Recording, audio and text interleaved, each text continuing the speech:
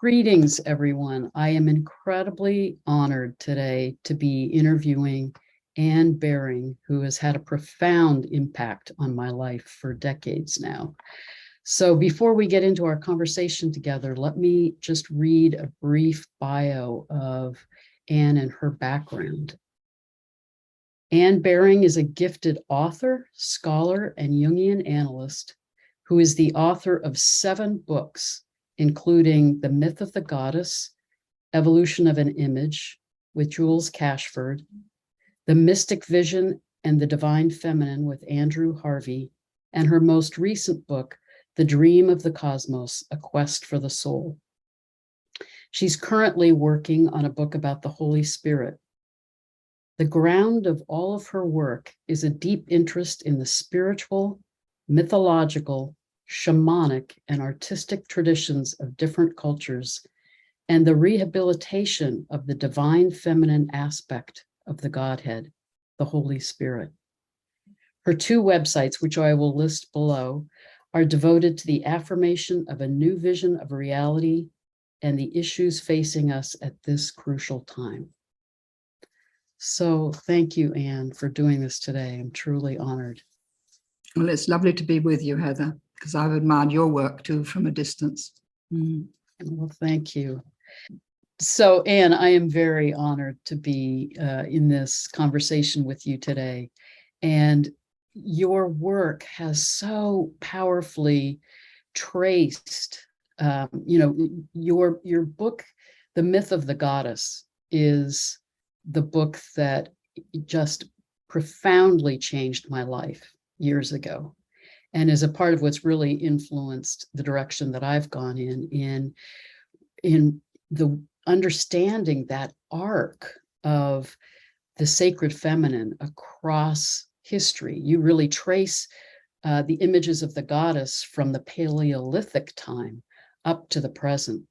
And you really powerfully talk about how some of the crisis that we're in this time and have been for the last 5,000 years is because of that loss of the connection to the sacred feminine. And if I could begin with a quote from your book, The Dream of the Cosmos, I think it's a good starting place. Okay. Because I thought this quote was incredibly profound. You say, if we want to understand the deep roots of our present ecological and spiritual crisis, we can find them in the loss of 3 important elements: the feminine image of spirit, the direct shamanic path of communion with spirit through visionary and mystical experience as lived by the great contemplatives of all traditions, and the sacred marriage of the masculine and feminine aspects of the divine. Yes, that sums it up as more clearly. I couldn't get it more clearly than that, except to say that the major problem with these 5,000 years was the split between transcendent spirit and nature, which didn't exist before that time at all, because nature was included in the being of the Great Mother. In fact, the whole of the visible world came forth from her womb. So everything was sacred because of that. Then when you had the Father God, you had the separation of the transcendent and the immanent. There was no more the divine in the immanent, no more divine in nature. And that's when we lost it. We lost the plot completely. And we've been going along unconsciously, fighting ever more with each other because we're deeply traumatized by that loss, I think, by that separation. Because as you really talk about in your work, it led to the devaluing of our relationship with the earth. Absolutely, yeah. Devaluing of the sacred feminine, and it impacted the relationships between men and women and how we view each other, but also you really talk about how it led to a kind of idealization of separation and individuation rather than honoring our interconnectedness. Well, we just lost the idea that everything was connected, which is coming back now, thank goodness, through quantum physics. But we lost it for so long, and that loss created all the sort of conflicts and all the suffering and all the traumas that we've experienced during these last 5,000 years. So there's a great healing that's needed now, which I hope will come about as people understand who they are and why they're here on the planet, and what really that their role is service of the planet. It's not getting the best out of it that they possibly can. It's not becoming successful or rich or famous. It's really service of what is sacred. That is my view anyway. That's what I've come to over my life. Oh, it's beautiful. And can you say a little bit more about, because you also cite Gimbutas's work, and can you say a little bit more about your understanding of how that shift occurred, where we lost that connection to the sacred feminine about 5,000 years ago, and how that set us on this trajectory we're on now? Well, it wasn't anybody's fault. It wasn't a specific break. What had happened was that as the city-states in the Middle East grew into powerful units, they began to fight with each other. And what happened was that cities grew into huge blocks of nationhoods, really. And then nations became empires. And you had this 7 great empires created by extraordinary individuals, what we call solar heroes, or warrior heroes, if you like. But that was the zeitgeist, or that was the aim of every man, was to become a solar hero and to be a warrior, like Gilgamesh, for instance, in Sumeria, or like much later on Alexander of Macedon, or Julius Caesar in Roman times. So right the way through, you have these male figures, of warrior figures, and you don't hear anything about the divine feminine. Little by little, the divine feminine and the goddess is overtaken by the image of the superiority of the male and male gods, and then finally the monotheistic male god of the 3 patriarchal religions. But for a while, you had goddesses and gods together. You had in Greece, you had in Rome, you had in Egypt, and in Sumeria or Sumer, you always had gods and goddesses. But before that, there was the Great Mother. Mm-hmm. And after that phase, there was the Great Father. And with the Great Father came the loss of the feminine, because all the emphasis was on the transcendent and how to reach thinking that they were being more spiritual, how to get away from the earth, how to get away from the body, get away from sexuality and the temptation, as they saw it, of sexuality, and devote themselves to the great Father God in heaven, thinking that that would bring them closer to God, when of course it took them further away. Because they rejected the very aspect of what they were incarnated in the body. And the body became a problem instead of being a sacred element, and the whole way that they were able to incarnate on this planet. Right. Nobody said that. We couldn't incarnate without the body. Right, right. And from my perspective, it really correlates with that understanding of the precessional cycle and the different astrological ages. And when that shift occurred was when we were moving from the age of Taurus, mm-hmm.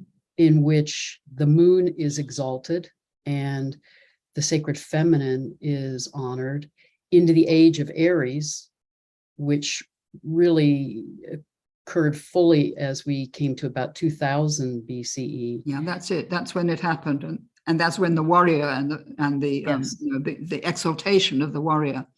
I suppose that would be Aries, the influence of Aries. Yes, and the ruler of Aries is Mars.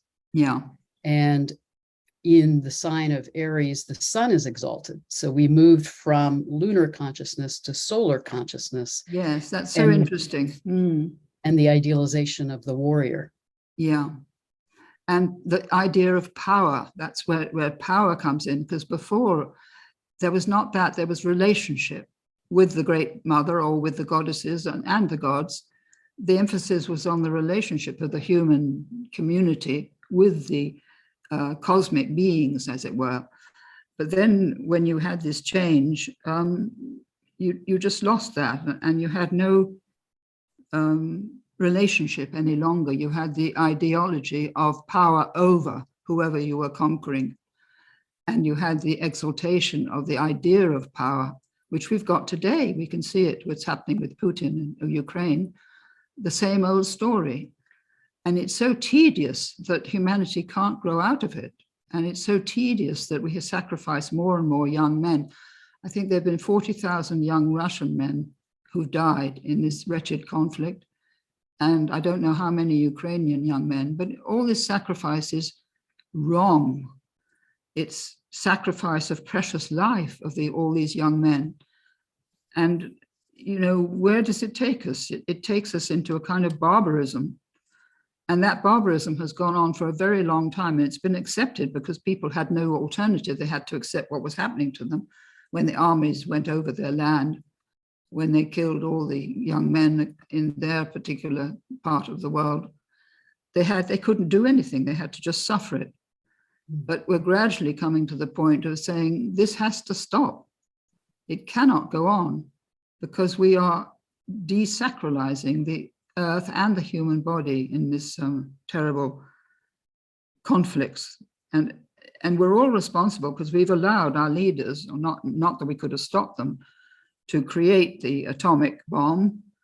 And then, of course, having one nation, the United States, with the bomb, everybody else wanted it too, including my country, and now 9 or possibly even 10 others if Iran joins in.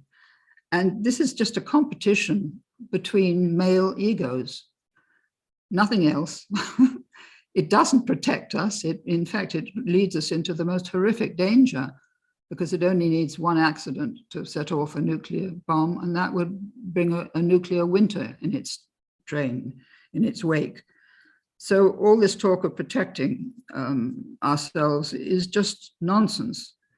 It has, in a sense, held off actual conflict, but look at what's happening now. Look at Chernobyl at risk again of being attacked, targeted by a weapon, and again, we'd have the nuclear thing again.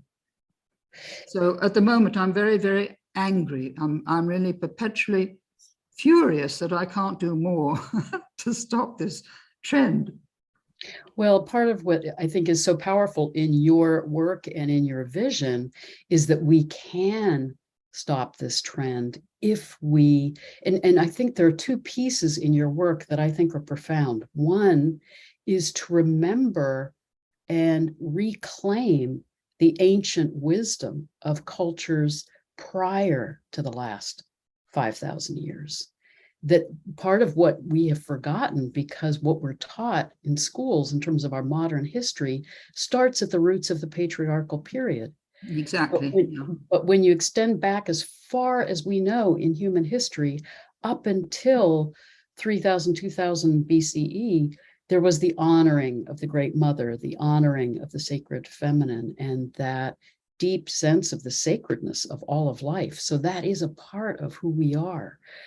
So your work is really helping us remember that.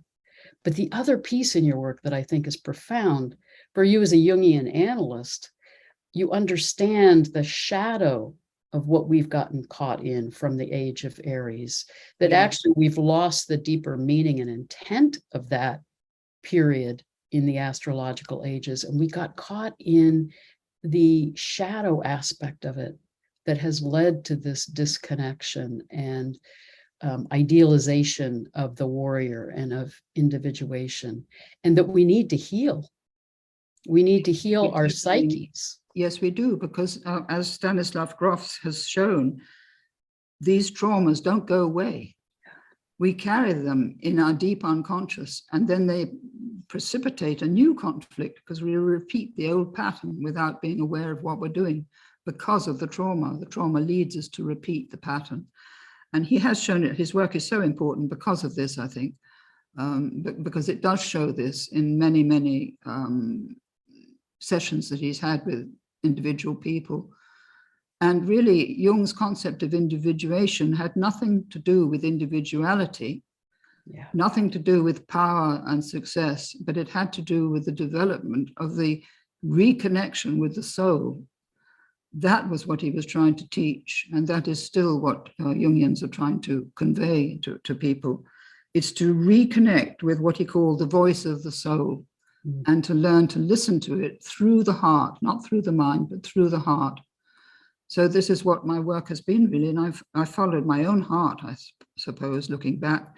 I didn't know what I was going to do when I was 20, 30, 40, but it did come in at 50 or 60, with what direction I was going in. And I'm sure the same happened with you, that your work grew as you grew into it. So it guided you to go deeper and deeper and to look more at these great patterns which you've been talking about. And certainly Aries, what do you think was the purpose of the Aries period? If we hadn't fallen into the shadow, what do you think we were supposed to live as an ethos of that era? Have you thought about that? Yes, and that's a profound question. I don't know if you're familiar with Demetra George's book, Mysteries of the Dark Moon. No, I'm not, no. It's a brilliant book in terms of, she's really focusing on the last 40,000 years of human history and compares it to the phases of the lunar cycle. And she describes that period as we moved into the Age of Aries and this period of patriarchy as the dark moon phase, as the time when the sacred feminine goes into the background. And I do believe the intention of the Age of Aries was for us, you know, the astrological ages are about our exploring different aspects of our consciousness as humanity. And I think part of that age was to explore an integration of more left brain ways of understanding, of our capacity to observe what's around us, to be in that journey of exploration and discovery, and to explore some of the uniqueness of our own self-expression. The tragedy is, and to me, to understand the deeper meaning of the Age of Aries, we need to understand the cycle of Mars, the ruler of Aries. And Mars is that planet that's the first one out from the Earth, that is about that movement into exploration and separating from source to be in a process of exploration and discovery. But when Mars comes to the peak of its cycle, it's opposite the sun, and the Earth is obviously in between. And it's about remembering that the point of the adventure and the quest and the journey is to reconnect with source and to bring back the gifts of that exploration to community.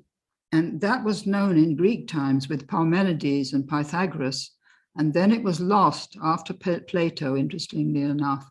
And that's, according to Peter Kingsley, where the West went wrong, because it didn't do what you've just said. It did explore, it did discover, but it lost the connection with the source. Yes, exactly. And it became lost in its own creativity in a way, and fascinated by its creativity and by what it could achieve. And in the sense of Prometheus taking the fire from heaven, and we, as it were, took the fire from heaven and ran with it. And we didn't think, perhaps it's not a very good idea to get so inflated with our own power that we start laying about us and killing everybody and conquering other nations and things. So, but there were wise people right the way through who, if we listened to them, could have brought us back on track. There were wise men in the Middle Ages, in the Renaissance, in the 12th century, earlier with the Gnostic teaching, the teaching of Jesus, the teaching of the Buddha. You know, if we'd listened and paid attention, we could have mitigated that drive for power that has been so catastrophic, really, for our species. And perhaps we can, with the kind of wisdom which you've just expressed, I think perhaps we can recover it. Because if people understood what was the purpose of the Age of Aries was, which was to discover this tremendous creativity, they would perhaps have more humility and also more time to think about what they were doing and reflect on it rather than pushing ahead with whatever the adventure was. And of course, this got sucked into materialist science in the 18th century, which has been a catastrophe. Again, another catastrophe, because with the inflation of our creativity, thinking that we could do anything we wanted, Mm. we let materialist science run away with us, so to speak. And we again forgot the deeper dimension of the connection that we need to the source. So we thought we could just manage on our own. We're on this planet on our own. We can do what we want. We can explore what we want. We can develop AI if we want to. Nobody said, is this a good idea? Exactly. Well, and I think what you're describing too is the idealization of the ego and its loss of connection with the soul. Absolutely. And the source. And, you know, when I talk about the idealization of individuation, that's not in the Jungian sense, which is so much about reconnecting, reintegrating that sense of connection with the soul and with the collective unconscious. But it's, I think, in the traditional psychological sense, the sense that the more that we can claim our separate sense of self, the more we're empowered. And it's actually not true. It's not true. No, it isn't true. So how is humanity going to discover what we're talking about without having to suffer more and lose more of the wisdom which is there? If only people would just pause and think. It has nothing to do with religion as it's been taught at all. It has to do with a far deeper wisdom. And the soul has been neglected all the way through these 5,000 years. So it's difficult to know what it is exactly and how it functions. But I think people have told us, many people have said, you have to really connect with your heart rather than your mind. You have to connect with the right hemisphere of the brain, which is the imaginative, creative hemisphere, and be very careful that you don't fall into the left hemisphere ideology, which is again about dominance and control, and not wanting really to share with the right hemisphere what it's discovering and what it's doing. So there has to, that again is about the balance between the masculine and the feminine, because the feminine, which is more related to the right, or no, not specifically, but because it's been neglected, it's part of what has been neglected, which is the whole feminine principle. But the male principle, or the left hemisphere, without the balance, just goes berserk. And that's what we have. I mean, we have in Putin, who thinks he's religious. He thinks he's doing God's will in reconquering Ukraine for Russia. But he's doing nothing of the sort. And he even has his archbishop, or whatever he is, his patriarch, supporting him in this, who should be saying, stop it and withdraw at once. But he doesn't, because again, he's been enamored, he's been taken over by the power principle. And his own trauma, because he was traumatized by the breakup of the Soviet Union. So this is, you know, playing out of his own, and he also has earlier trauma in ways he felt disempowered. So it feels like it is an acting out of his trauma history, as well as part of what you're saying. I think that's so important is, you know, in my background in cultural anthropology, I really came to understand the difference between religion and spirituality. And institutionalized religion is too often a way of reinforcing the current social structure. Yeah, absolutely. Spirituality is about tapping in to that connection to soul, to cosmic consciousness that's available to all of us, and that is integral to all of who we are. And I think that's such an important message, the fact that we're all connected, the fact that all of us are divine beings having a human experience, and the fact that no one of us is closer to God than any other, no matter what our religion or creed, that we are all children of God. And that should have been the teaching of Christianity, but it wasn't. Or it was, and then it got distorted. And it got distorted, yes, and then it went off in all the wrong directions. But anyway, I think this could come back, because people need to be told that they're not sinful, fallen creatures, but they are part of the divinity of life and part of the divinity of what they've been worshipping for thousands of years as something separate and distant from themselves, but is something that is within them. They carry that divinity within them. And this, I think, could spread, hopefully, throughout the world if people just got the shock of realizing that they're totally different from what they've been told. and that they are part of God, part of the divinity of life. That is my message, I think, at the present time. Well, and it's such a powerful message, and your most recent book so beautifully charts some of how we can reconnect to that and reconnect to that understanding of soul.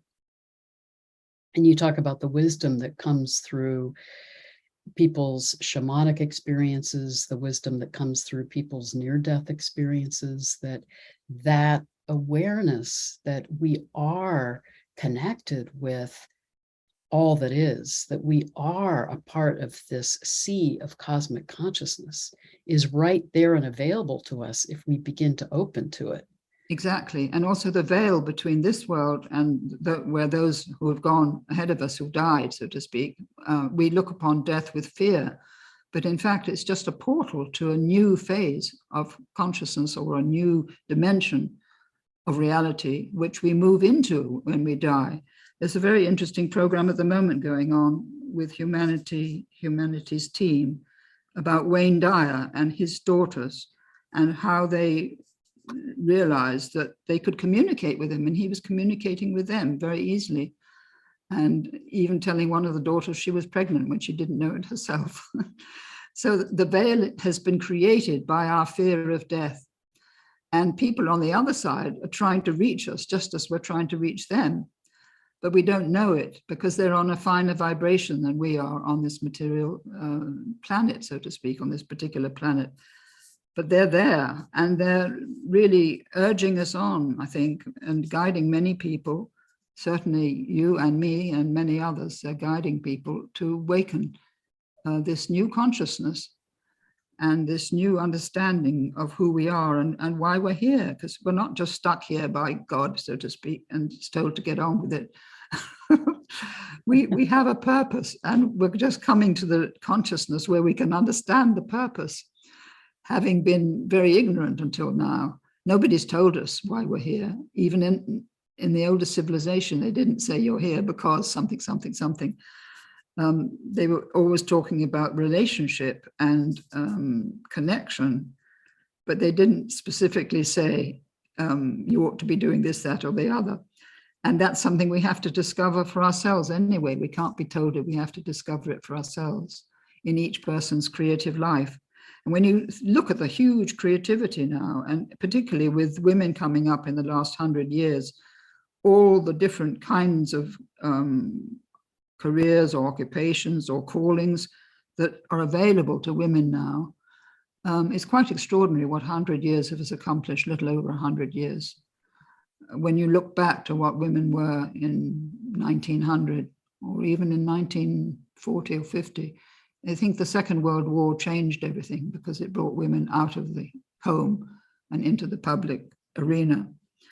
But there's a long way to go before they're treated properly and treated as equals with men and respected, not necessarily in the same professions, but respected as partners with men, that together they can do wonders and together they can work creatively to bring about the change that we all long to see. And I think part of what you're saying with that's key is to actually move into a whole new paradigm of consciousness in terms of how we can be in that partnership with each other and what it means to reconnect the sacred masculine and the sacred feminine.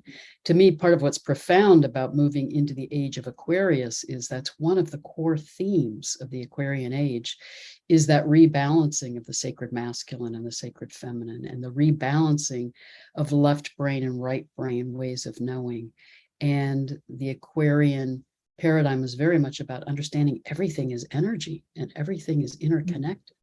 So we are really being guided by the energies of the cosmos, and I also truly believe by the energies of Mother Earth, who's in her own transition process, to wake up, to remember.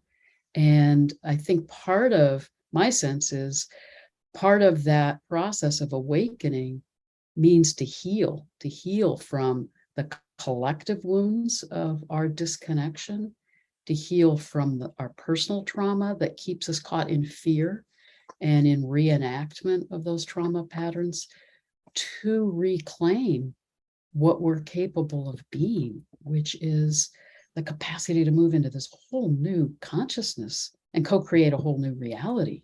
That's the possibility of this time, which is so exciting. And to me, it's exhilarating to see some of that happening, despite the what we're bombarded by in the news every day of all of the ways in which the paradigms of the past. It feels to me that the shadow side of these paradigms of power over are playing out in the most intense way possible. Well, I think it's their last gasp, probably. It's their last fling to say it has to be this way, which they've said for 5,000 years, but it doesn't have to be that way. And I absolutely agree. I think it's a backlash to the shifts that we're in, but also with where the lunar nodes are right now in terms of what they say about what we're working consciously or needing to work consciously. The South Node is in Scorpio. We're needing to see what's been in the shadow. We're needing to see the trauma that's been repressed, that's been controlling us individually and collectively. So I feel like everything in terms of these traumatic patterns are right up at the surface right now. Yes, I would agree with you. And everything that has been wrong in the past is laid bare, as it were, for us to see, if we have the eyes to see it. As Jesus said, those who have eyes, let them see, or those who have ears, let them hear. So that is very, very important, I think, that we see the shadow, but we have to be capable of recognizing it as shadow and not getting sucked into the thing, well, we have to fight it. We do not have to fight it. We have to see it and release ourselves from it and heal ourselves by realizing that we can't go on in the old pattern. And that applies to our intimate relationships in families. It applies to the relationship between nations. Instead of competing with each other, like America, China, and Russia are competing for power over the whole world, they should be working together to heal the traumas of the past and to bring into this new consciousness that you're speaking of. But they're stuck in the old patterns. So it just needs enough people who are, for instance, working on abolishing nuclear weapons. There's a huge movement going on at the moment with that, with young people being involved as well. And there's also movements to so many things really that need looking at: the way we bring up our children, the values we give them in school. That's one thing. Then there's the services that are available for women about to give birth, which are appalling in America and appalling in England. This needs to be addressed. It's much better on the continent. Women have far more time in hospital. They're not booted out after 12 hours or whatever. And they're really cared for, but there are not enough midwives in this country to do the work that needs to be done. And there's great suffering that doesn't have to be there if we did things differently. We reorganized our health service in a different way. At the moment, there's 6 million people waiting for treatment in this country. Can you believe it? And this has got into that thing because nobody would tackle the Gordian knot of the health service, which needs to be disbanded and reformed, as it were. I don't know whether you have the same in the United States.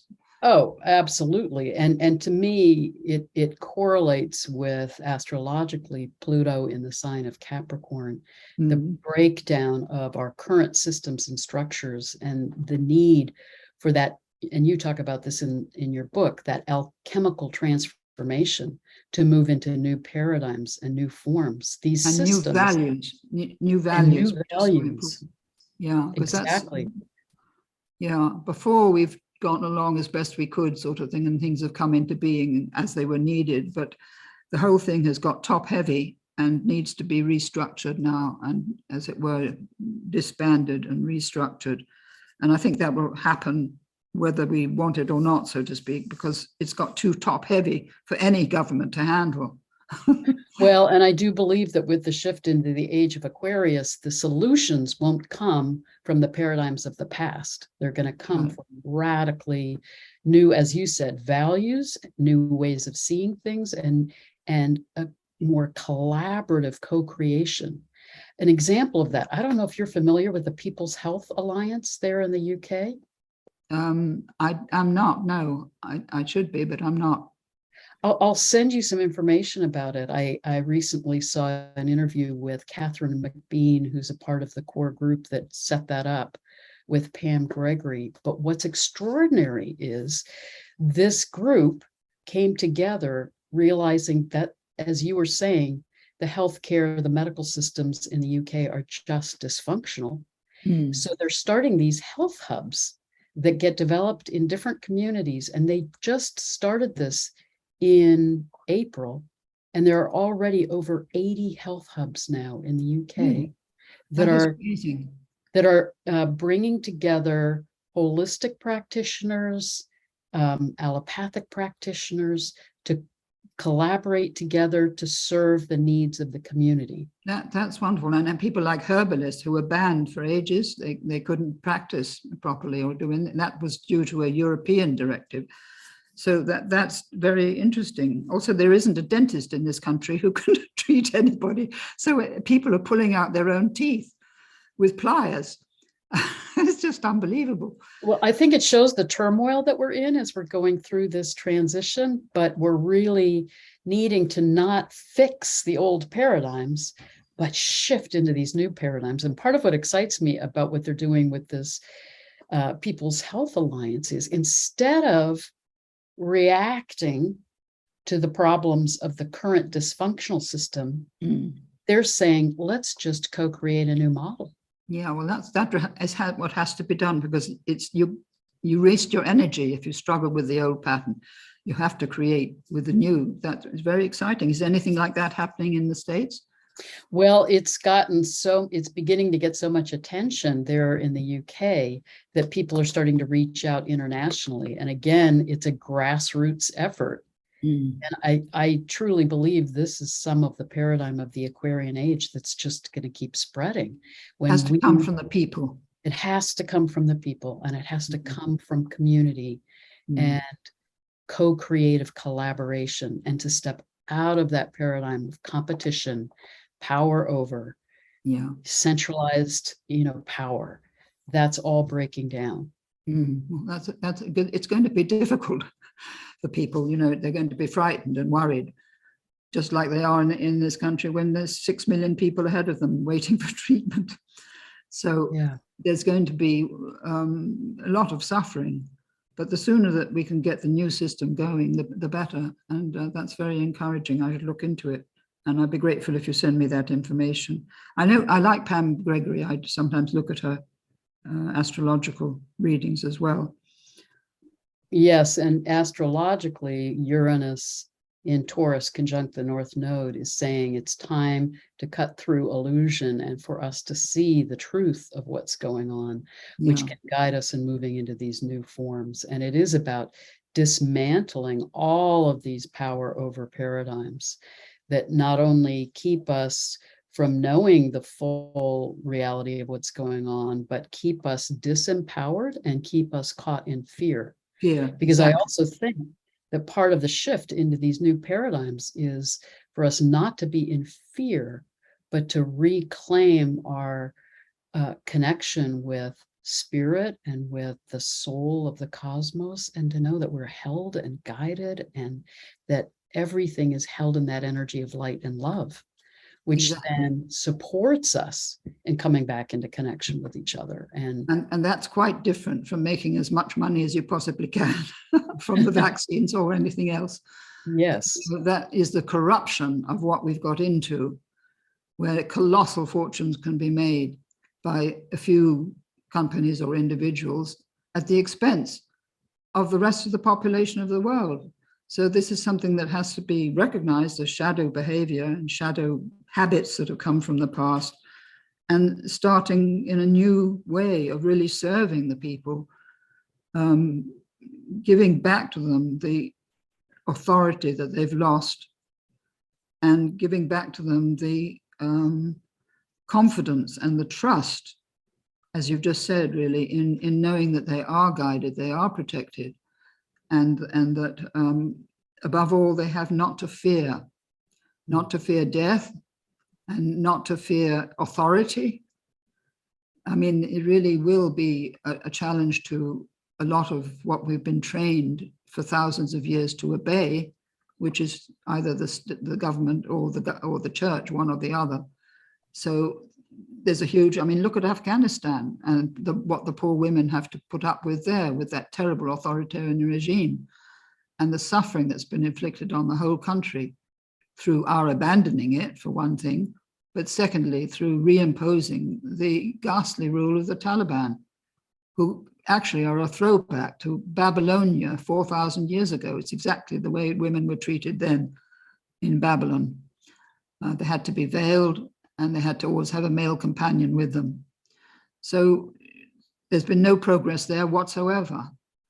And this is something that the women of Afghanistan are secretly fighting and secretly educating themselves so that one day they will be free and they'll be able to be the doctors and the astronauts and the amazing people that they know they're capable of being. This is part of the redemption of the feminine, which needs great attention, really. But there are very brave women in the West who are helping the women of Afghanistan, who are actually helping to get them out of Kabul and places like that, and bringing them to the West and helping them to establish themselves in new lives. And that again is compassion at work.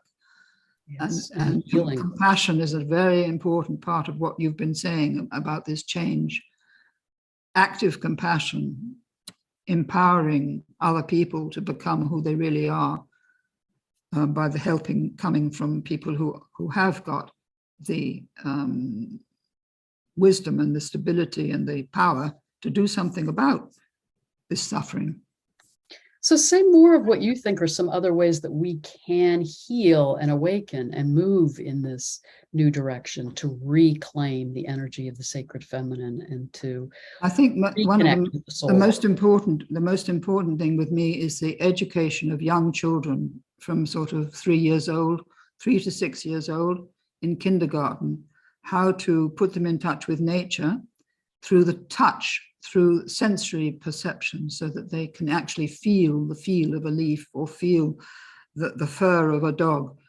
They get an empathic feeling. And then if one encourages them to, pay more attention to that feeling, that will lay the foundations of developing an empathic psyche later on, when they're in their teens and 20s, so to speak. And then they might choose professions which will lead them to look after the planet and look after what they've been introduced to when they were 3 or 4 years old. I think they're starting that in Scandinavia, very much so, in Finland and not Estonia and those 3 countries there, that Lithuania. There's developing systems of education in relation to very early childhood, which are quite remarkable, I think. So that there is something we could learn from. And I may say that I think 2 of those countries have got prime ministers who are women. That may have something to do with it. And to me, it is about reclaiming. Again, it's about reclaiming that energy of the sacred feminine, because when we really reclaim that, from my perspective, one of the deeper values and principles in that is the meaning of not only the interconnectedness of all that is, but being in right relationship with all that is. It's that awareness that everything is conscious, everything is sacred. So how we relate to the water, how we relate to the earth, how we relate to each other, how we relate to other nations is all about being in right harmony, right connection, right relationship. And then it guides us to act from compassion. Exactly. Yeah, exactly. And not from competition and power over. Once we're in the right groove, so to speak, we get the help to do more of what is needed. And as you say, not through competition, not through making fortunes from the suffering of others, but through genuinely loving, wanting to see things better than they are, genuine compassion, which there always has been, but it could become a great movement, really, of how to shed that compassion in every direction by starting networks like the one you mentioned for health, bringing practitioners together. That in itself is a compassionate act of relationship. And then that will spread like a sort of the scent of perfume, if you like, to all the people that they're treating. And they, in turn, being healed, will pass on the healing to other people. And people would like things to be different, but they don't yet know how to make them different, because there seems to be a colossal barrier in the way, like a firewall, stopping us changing our consciousness and behaving in a different way. But I do hope that with your trust in the Aquarian revelation, really, that all this will begin to change, perhaps not in our lifetime, but in our children's and grandchildren's lifetime. And the indigenous people have held this wisdom for us for these thousands of years, that they know what's happening now, and they've been expecting it. And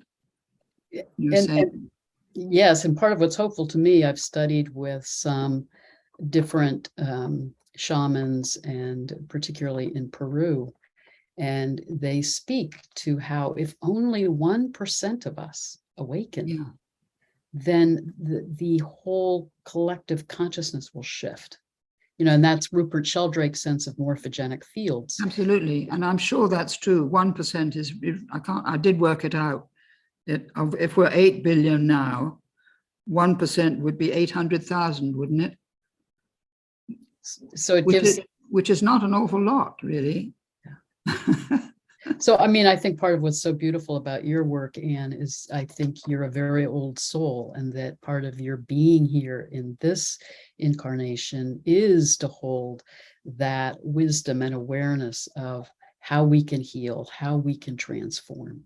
And I think there are many of us that are trying to hold that healing energy, that web of awakening and of love and healing in this profound time. And to me, that is what can allow a shift to happen, not incrementally, but rapidly.